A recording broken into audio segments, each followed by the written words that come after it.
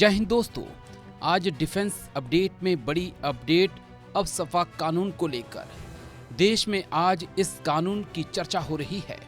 इस कानून को क्यों लागू किया गया है और इसे हटाया क्यों नहीं जा रहा। कई टीवी के एंकर और एंकराएं इसे हटाने की वकालत कर रहे हैं, मगर मैं आपको बताऊंगा कि कानून क्यों जरूरी है। मेरी सेना की सर्विस में से 9 साल का समय अशांत प्रदेशों में निकला है, जिसमें नॉर्थ ईस्ट और जम्मू कश्मीर शामिल हैं, जहां पर अफस्पा कानून लागू है। इसलिए इस कानून की अहमियत एक सैनिक अच्छे से समझ सकता है। इससे पहले कि मैं डिफेंस अपडेट शुरू करूं, आपसे रिक्वेस्ट है कि जिन लोगों ने हमारे चैनल जय हिंद को सब्सक्राइब नहीं किया है, वो प्लीज कर लें। हमारी कोशिश को आपके सहयोग की जरूरत है। आप कल्पना करिए कि आप एक सैनिक हैं और आपको इनपुट मिलते हैं कि पाकिस्तान से कुछ आतंकी आ रहे हैं। मौसम सर्दी का है, पारा माइनस में जा चुका है, रात का समय है, आसमान से बर्फ गिर रही है और आप खुले आसमान में जंगल के बीचों बीच आतंकियों का इंतजार कर रहे हैं। तो उस रास्ते से कोई आए, आप उसे चैलेंज करें और वो फिर पाकिस्तान की तरफ भागने लगे, तो आप क्या समझेंगे और क्या करेंगे। आप कल्पना कीजिए कि आप एक सोल्जर हैं, आपकी ड्यूटी कश्मीर में लगी हुई है और काउंटर इंसर्जेंसी ऑपरेशन का आप हिस्सा हैं। आपकी टुकड़ी को हुक्म मिलता है कि एक घर में 3 से 4 संदिग्ध आतंकी हैं। तो क्या आप बिना हथियार, बिना तैयारी के चले जाएंगे? क्या आप जाकर मकान में बोलेंगे कि चलो हमारे साथ, हम आपको गिरफ्तार करने आए हैं, और वो चल पड़ेंगे? ऐसी चीजें होती हैं, ऐसी सिचुएशंस क्रिएट होती हैं। सेना को नहीं पता होता कि कौन दुश्मन है, कौन आतंकी है और कौन दोस्त है। फिर भी सेना के लिए एक एसओपी बनाया गया है, जिसके आधार पर सेना ऑपरेशन को अंजाम देती है। मगर आतंकियों पर सेना को मजबूत ताकत देने के लिए अफस्पा को लागू किया गया है। Arm force special power act, जिसको अफसा भी बोलते हैं, वो 1958 में इंडियन पार्लियामेंट में पास किया गया था। उससे पहले ब्रिटिशर्स ने इसको 1942 में क्विट इंडिया मूवमेंट के दौरान यूज़ किया था। अभी हम ये बात करते हैं कि ये नॉर्थ ईस्ट स्टेट ले लेते हैं या हम जे.एंड.के ले लेते हैं, या जब पंजाब में मिलिटेंसी थी तो ये क्यों लगाया जाता है। बेसिकली अफसा का मतलब है कि डिस्टर्ब्ड एरिया के अंदर पब्लिक ऑर्डर को, लॉ एंड ऑर्डर को मेंटेन किया जाए, और उसके लिए ये कुछ विशेष अधिकार दिए जाते हैं आर्म फोर्सेस के मेंबर को, जो कि डिस्टर्ब एरिया के अंदर जो भी एक्टिविटीज़ हैं उनको इफ़ेक्टिवली कंट्रोल कर सकते हैं, और उनको थोड़ी लीगल इम्यूनिटी भी मिल जाती है उस ऑपरेशन को करने के दौरान।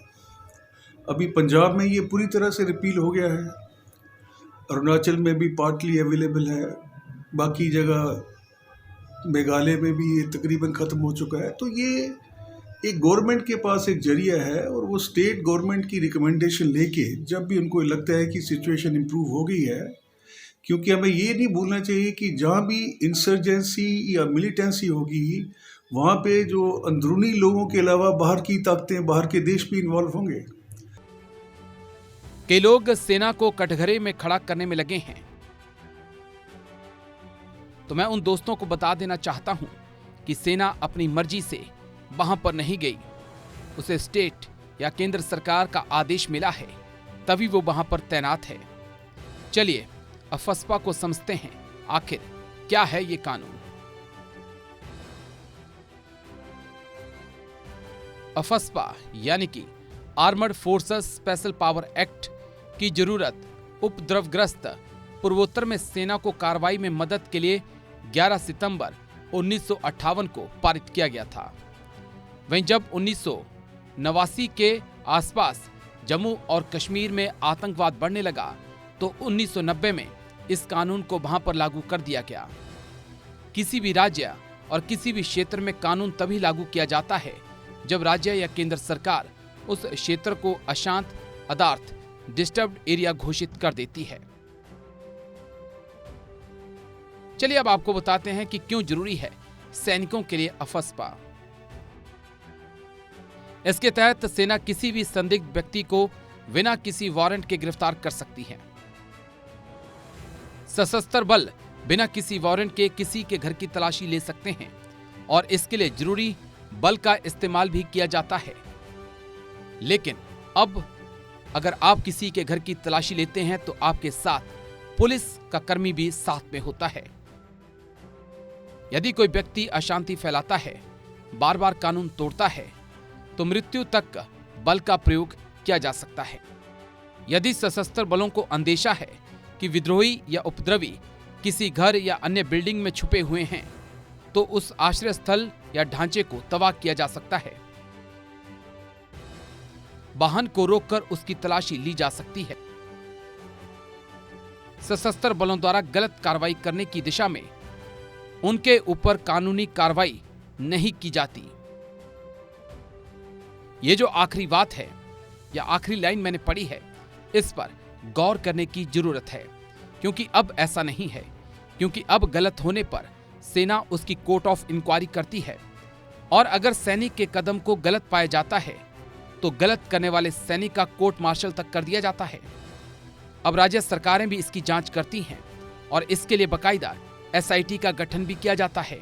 हम जम्मू कश्मीर और नॉर्थ ईस्ट में कई ऐसे मामले देख चुके हैं। भाई अफस्पा सेना के लिए क्यों जरूरी है, इससे हटने से सेना को क्या नुकसान होगा, हमने डिफेंस एक्सपर्ट से जाना। सुनिए आप उन्होंने क्या कुछ कहा। तो स्टूडियो में बैठकर सेना पे सवाल उठाना आसान है, लेकिन -20 डिग्री के अंदर रात के समय आतंकियों का इंतजार करना मुश्किल होता है। आतंकियों की तरफ से आती मौत का सामना करना मुश्किल होता है, क्योंकि जो सैनिक है वो भी किसी का पिता है, किसी का पति है और किसी का बेटा है, मगर वो देश विरोधियों को इसलिए मारता है ताकि आप लोग, हम लोग, देश के नागरिक आराम से सो सकें। हाँ, अगर किसी ने गलती की है तो सेना उसे जरूर सजा देगी और सेना ने इतिहास में ऐसा करके दिखाया है। जय हिंद।